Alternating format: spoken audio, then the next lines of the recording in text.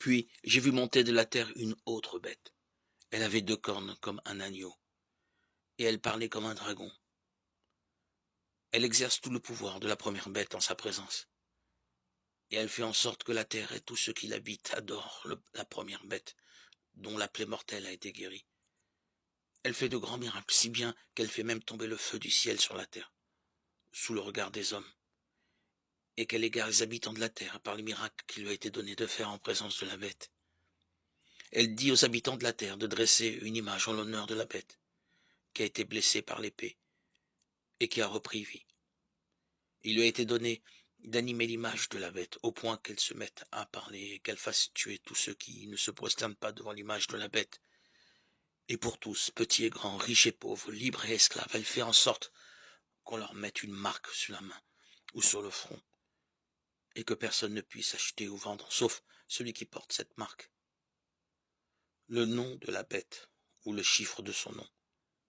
Ici, il faut être sage. Celui qui est intelligent, qu'il fasse des calculs sur le chiffre de la bête, car c'est le chiffre d'un homme. Et ce chiffre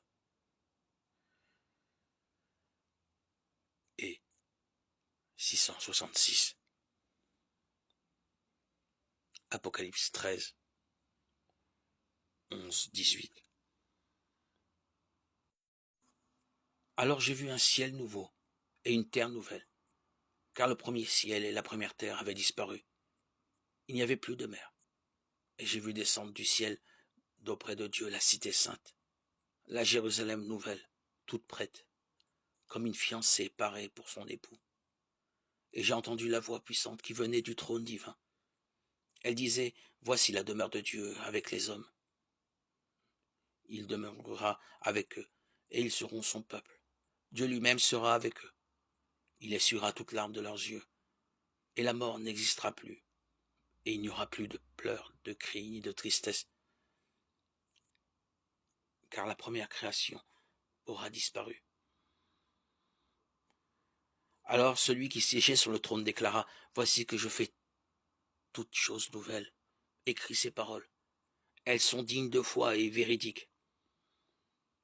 Puis il ajouta, tout est réalisé désormais, je suis l'alpha et l'oméga, le commencement et la fin.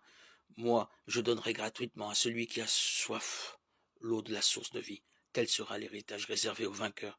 Je serai son Dieu, et il sera mon fils. Mais les lâches, les incrédules, les abominables, les meurtriers, les débauchés, les sorciers, les idolâtres, et tous les menteurs, leur place est dans les temps embrasés de feu, de soufre, qui est la seconde mort. Apocalypse 21, 1, 8.